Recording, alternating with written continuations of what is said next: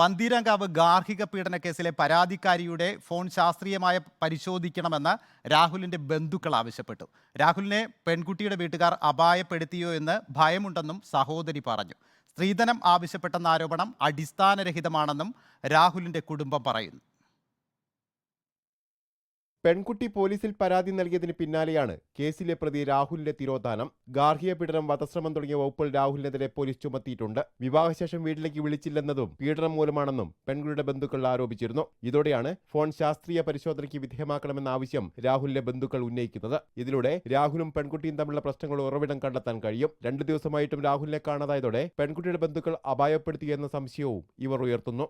ഞങ്ങളുടെ ഏറ്റവും ബലമായ സംശയം എന്തെന്ന് വെച്ചാൽ അവനെ അപായപ്പെടുത്തിയിട്ടുണ്ടോ എന്നുള്ളതാണ്. കാരണം അവർ അച്ഛൻ അന്ന് ഇവിടെ വന്ന് ആ പ്രശ്നം ഉണ്ടാകുമ്പോൾ തന്നെ പറഞ്ഞിരുന്നു, അവനെ ഒരിക്കലും ജർമ്മനിയിലേക്ക് വിടില്ല, അവനെ നാട് കാണിക്കില്ല, അവനെ അകത്തിടും എന്നൊക്കെ, അവൻ ഇനി ജീവനോടെ കാണുകയില്ല നിങ്ങളെന്നൊക്കെ വളരെ ഭീഷണിപ്പെടുത്തിയിട്ടാണ് അച്ഛനും ആങ്ങളെയൊക്കെ ഇറങ്ങിപ്പോകുന്നത്. അവിടെ ഫോറൻസിക് പരിശോധനയ്ക്ക് വിധേയമാക്കേണ്ടത് അത്യാവശ്യമാണ്. അപ്പോൾ അതിലറിയാമല്ലോ കോണ്ടാക്ട് ചെയ്യുന്നുണ്ടോ, ആരെയൊക്കെ കോണ്ടാക്ട് ചെയ്തിട്ടുണ്ട്, ആ സമയത്ത് കോൾസ് അയക്കുന്നതും മെസ്സേജ് അയക്കുന്നതും ഒക്കെ അതിലൂടെ ഫോറൻസിക് പരിശോധനയിലൂടെ നമുക്ക് കണ്ടെത്തണം. കഴുത്തിൽ കേബിൾ മുറുക്കിയെന്നതും സ്ത്രീധനം ആവശ്യപ്പെട്ടെന്നതും പടച്ചുവിട്ട കഥകളാണെന്നാണ് രാഹുലിന്റെ ബന്ധുക്കൾ പറയുന്നത്. അതേസമയം രാഹുൽ പെൺകുട്ടിയെ അടിച്ചത് ബന്ധുക്കളും സ്ഥിരീകരിക്കുന്നുണ്ട്. റിപ്പോർട്ടർ, കോഴിക്കോട്.